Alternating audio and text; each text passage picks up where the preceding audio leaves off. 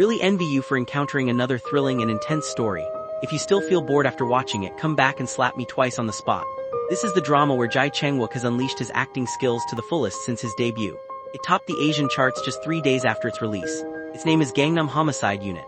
The director not only exposes the dark secrets of the fish market, but also portrays talent and power down to the bone. It turns out that even a human life can be openly priced, as if young girls are like crops. When they disappear out of thin air, the sword that should protect justice is busy cleaning up the mess for scapegoats. When the law becomes a toy for the powerful, let's see how a small person can smash a path to the sky with fists and passion. The female lead Weena is a hostess. This time, while entertaining a guest, she accidentally swallows a candy laced with drugs. She feels a burning heat all over her body, unbearable. She rushes to the bathroom, holding the toilet to vomit and induce vomiting, fearing her consciousness will be swallowed by the drugs. She lightly but fiercely slaps her back and even violently hits her head backward, slowly regaining awareness. He hurriedly takes out the phone hidden in the bathroom and immediately calls his best friend. Seeing that her best friend is desperate for money and life, Weena has no choice but to put on a hat and disguise herself, sneaking out quietly through the back door. After all, the guests who come to this bar to have fun definitely have extraordinary identities. Having escaped with difficulty, Weena can only tell the supervisor Dajwon about what just happened.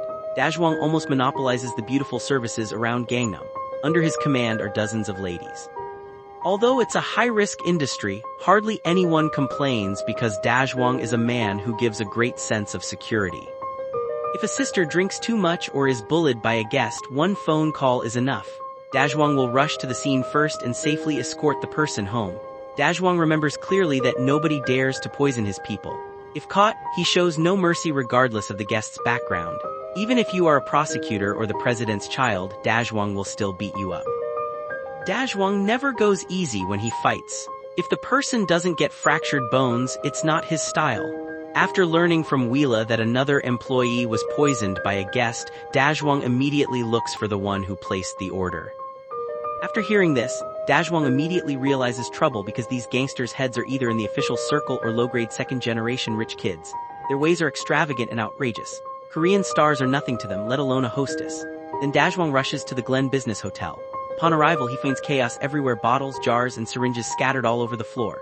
But when he approaches the fish tank, he sees an employee already drowned inside. Moreover, the dead person's eyes are wide open, and bloody handprints on the wall are shocking, showing how severely he was humiliated just now. From that moment, Dajwon swears to make these people pay their blood debts with blood.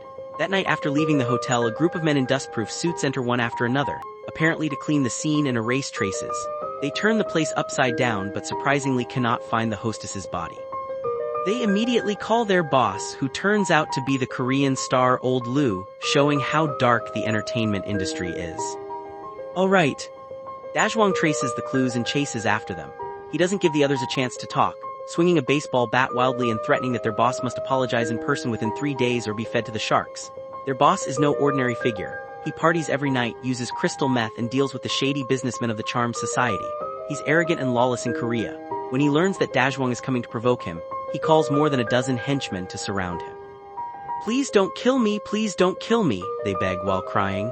These stupid words instantly enrage Dajwon. He pulls out a dagger on the spot and fights these people fiercely. There's a saying, a fierce tiger walks alone while cattle and sheep gather in herds. Facing a dozen lambs to be slaughtered, Dajwon gets more and more excited. Having been in the underworld for so many years, he's never afraid of anyone, let alone these small-time thugs. Although his hands are dark and violent, he follows one rule. When he strikes, he tries to avoid vital areas and leaves them a chance to reform. After all, it's foolish to risk one's life for worthless people. But within about 10 minutes, only a heavily tattooed henchman is left, crouching behind the boss's car, watching Dajwon approach bit by bit. Old Loo the star looks excited because he has called dozens more people. Now the crowd is packed on the rooftop. After the previous fight, Dajwon's stamina is almost drained. If he continues, he might lose his life. So Old Loo jumps off the rooftop and falls into the river. This jump saves him from disaster. Although revenge fails, it still deals a blow to Old Loo. After all, he lost a reckless opponent. Life becomes unstable. Returning home, Dajwon finds Weena missing. It turns out Weena, who was placed in the arcade an hour ago, suddenly saw a news report about a female corpse discovered in Gangnam, and that person was her best friend. Initially, Dajwon left her there, and Weena thought she could safely bring her back. But the bad news came instead. Who can you rely on if not yourself? Weena decides to avenge her best friend herself. She smashes the glass and escapes, then disappears without a trace. Sitting in the arcade, Dajwang wraps his wounds simply and recalls the first meeting with Weena. Weena is a girl who refuses to give up from the bone. Her fighting spirit is especially eye-catching and deeply hooks Dajwang's heart. But Dajwang is a quiet type who dares not speak to the one he likes in front of him. He once asked why she worked so hard to earn money. No one knows what he has been through, just looking at this young girl's face which is already full of hardships. Meanwhile, the escaped Weena borrows money from a fellow worker. From the friend, she learns that old Lu is holding a full contest tonight. This is the only chance to avenge her best friend. Old Lu's purpose behind this contest is obvious. He locks people in a cage to fight to the death. He gathers a group of rich second generation behind the scenes betting crazily with self-developed software. Watching contestant after contestant fall in the ring, he is not heartbroken but smiles broadly. To him, a worthless person. In the eyes of these people, dying is like an ant not worth mentioning. The contest is in full swing when Weela sneaks backstage. Unexpectedly, he bumps into old Lu who is leaving. Furious, he picks up a dagger and slashes old Lu's face, leaving a wound. But since he is a woman and not a match for several adult men, she is quickly pinned down and kicked out by old Lu. Weela, like a lamb to be slaughtered, gradually loses the will to resist under old Lu's fierce attack. Then he picks up the dagger on the ground and slashes a long scar across his face. Together with his henchmen, they prepare to throw him into the sea to feed the sharks. Unexpectedly, at this moment, a stone hits their windshield, causing the car to lose control. Old Lu thought it was his henchman's poor driving skills and happily walks to the driver's seat.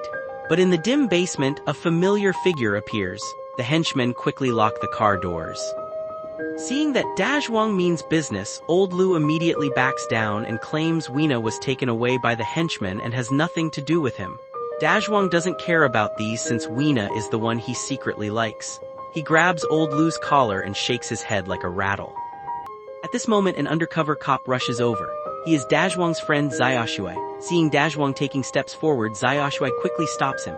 Weela is still in their hands and police forces have already gathered outside. He advises Dajwang to retreat first or else when other officers arrive, they will take him to the station.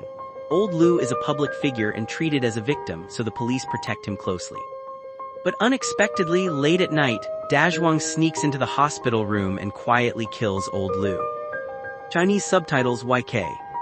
Although old Lu has been brought to justice, Weela is still missing, so he asks Xiaoshui to assist in the search. They finally find clues that day. After the henchmen escaped, Weela was sent to the hands of a certain tycoon who is old Lu's father. They put exquisite makeup on Weela and dressed him in dazzling clothes, forcing him to start a nationwide live broadcast. The tycoon hopes to lure Dajwang out and avenge his son with this trick. The live room floods with nerds who are captivated by Weela's looks. After all, he is the locally famous hostess king. Xiaoshui notices a row of English letters in the live background and immediately locks onto the live location, then quickly notifies Dajwang to rush to that building from all directions. Xiaoshui arrives at the bottom of the building soon, but unfortunately, the elevator is under maintenance, so he has to climb stairs floor by floor, passing one floor. A scene violently pierces her eyes. Behind glass, a group of girls with broken wills are locked up, all turned into experimental subjects. They are brought here for drug testing. It's clear this old lady is even darker than her son. Weena also realizes Dajwang can't beat them. So halfway through the live broadcast, she suddenly breaks the glass behind her and stands still on the edge of the tall building. At this moment, I recall a saying, even if the ending is disappointing, meeting is already the best. Weela is like a butterfly torn apart by wild bees scattered in every dark corner of Gangnam. When Dajwang arrives at the scene, the crowd downstairs has already formed an impenetrable wall. The sirens and live broadcast noise intertwine like dull knives, repeatedly cutting his face. But when he squeezes through the crowd and sees Weela's dead body, despair floods over him instantly. He cannot accept this death and refuses to believe she is gone. At this moment, a car slowly drives out of the building. Through the half-lowered window, he sees that ugly face clearly. From this moment, he swears to shatter these people to pieces, even if it costs his life, before Weela chose to end her life.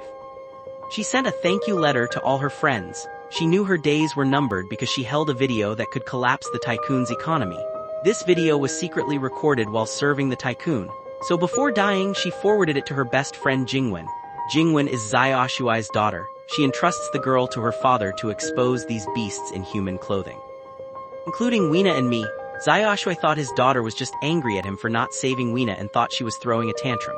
But who would have thought that this tycoon, who even the president couldn't control, was dared to be approached alone by a little girl seeking revenge for Weena. To approach the tycoon, one must walk Weena's path because the video reveals the tycoon binds several girls weekly for new drug experiments. This might be his chance to get close. Entering the lab requires surrendering phones, so Jingwen sent the video to her father in advance. Only then did Zhao Shuai realize his daughter Jiang had gone to seek revenge on the tycoon. On one hand to save his daughter, on the other to avenge his loved one. So the two headed straight to the tycoon group alone. Meanwhile, a drug deal had already started. The room was full of partners. Once the experiment succeeds, the tycoon will make a big profit. Then watch closely. Behind the glass sit 6 girls. Several researchers enter the room. The filthy dark experiment begins. When the drug-filled agent is injected into the girls' bodies, their bodies immediately undergo drastic changes. They start to have difficulty breathing, gasping violently, appearing like epileptic seizures. Just as they are about to die, the researchers inject an antidote into their nostrils. Suddenly the girl recovers as if nothing happened. This is the new product the tycoon is about to launch. It is more insidious than drugs. It seems to help addicts quit but actually directly affects brain nerves. When the partners cheer, the girl soon shows side effects. She begins to tremble all over uncontrollably, then collapses on the ground. Others quickly inject more antidote, but it accelerates death. Coughing up black blood, she struggles on the ground and dies on the spot. Seeing his face lose face, the tycoon immediately turns off the screen and imposes harsh terms. If the experiment is to continue, partners must sign. Of course, they can quit, but the penalty is more than 10 times the breach of contract. At this moment, the henchmen suddenly receive a message and whisper something in the tycoon's ear. The screen uncontrollably starts playing real-time surveillance. It turns out Zhao Shuai has broken into the group hall, holding Weila's forwarded video, warning every partner that the so-called new antidote is a sham, all a tycoon's setup. We have the right to know. The cooperation situation is already out of control. Unexpectedly, Zhao Shuai directly group sends the video to all partners' phones. The content shows the girl died a month ago due to diluted antidote and recordings of the tycoon mocking them as failures and deceiving people. Naturally, the partners are furious. The tycoon tears off the mask and immediately orders bodyguards to attack them. At this time in the group hall, Zhao Shuai is poisoned to death by henchmen. There is no way out with too many enemies on the opposite side. The longer the fight lasts, the deeper the trap, not to mention saving his daughter. Fortunately, at this critical moment, Dazhuang arrives in time to block the crowd and buys rescue time for Zhao Shuai. But the henchmen seem endless. Just as one wave is knocked down, another rushes on. If it continues like this, both will die. Dazhuang quickly pulls down the fire shutter. After the shutter falls, Dazhuang fights alone to clear the crowd. Zhao Shuai dares not stop and urgently searches for his daughter. Meanwhile, in the room, after a partner dies, the others hurriedly sign the harsh contract. After all, rich people value life most. Money can be earned again, but life is gone forever. After signing, they scatter like rats leaving the building, afraid of dying suddenly under ruthless bullets. Behind the screen, all the girls are dead except Jingwen. Seeing her so tough, the tycoon calls her over. Jingwen doesn't forget her purpose and pulls out a steel nail, stabbing the tycoon's hand deeply. Hearing Zhao Shuai shouting outside, the tycoon realizes his time is short and injects a dose of drugs into Jingwen's body. Jingwen, controlled by the drugs, keeps smashing into the ground. Seeing his daughter suffering, Zhao Shuai, like empowered by primal force, defeats the bodyguards and rushes to his daughter. Fortunately, the antidote works differently for different people. It takes effect on Jingwen and her condition quickly stabilizes. Seeing his daughter calm, Zhao Shuai will not let this old dog escape. He places Jingwen in a safe place and immediately chases downstairs. Seeing the tycoon about to escape by car, Zhao Shuai desperately blocks his way. After all, the law is meaningless to these people who don't even respect the president. To completely clean them up, he must send them to hell. Then he drags the tycoon out of the car and punches his face dozens of times until he cannot fight back. His fists hurt too. Zhao Shuai pulls out a gun to finish him off. Zhao Shuai is a police officer. If he really shoots, he might spend the rest of his life in prison. His daughter urges him not to do this. For such people, it's not worth sacrificing his life. Handing him over to the law is not enough to offset his evil. Zhao Shuai is torn. Suddenly, a hand grabs the gun. The bullet pierces the tycoon's head. The person is the furious Dazhuang. He fears no law because revenge is the only thing left in his mind. From illegal clinical trials to drugs and sex deals in nightclubs to celebrity scandals, all reflect the ugliness and corruption beneath the glamorous surface. Fortunately, the ending is somewhat bright. Dazhuang also avenged his loved one. The story ends with Jingwen reporting the good news before Weila to Weila in front of Weila. Although the revenge succeeded, the girl who loved to smile will never return. As for Dazhuang, he chose to leave this mall and start a new life in a new city. The ending is not a fairy tale. The evil group was destroyed and the powerful fell one after another, but Dazhuang paid the price of losing his beloved. Xiaoshui found his daughter but could not go back to the past. The neon lights of Gangnam remain, and the underground crime may have only changed its form to continue breeding. Because of this imperfection, the story is more real. Justice may be late and wounded but never absent. Those who walk against the darkness are not superheroes but ordinary people who carry pain yet choose to persist. They fight the huge dark machine in their way. Even a little light can make us believe that one day this light will gather into a torch to illuminate every corner of the abyss. Alright, that's today's story.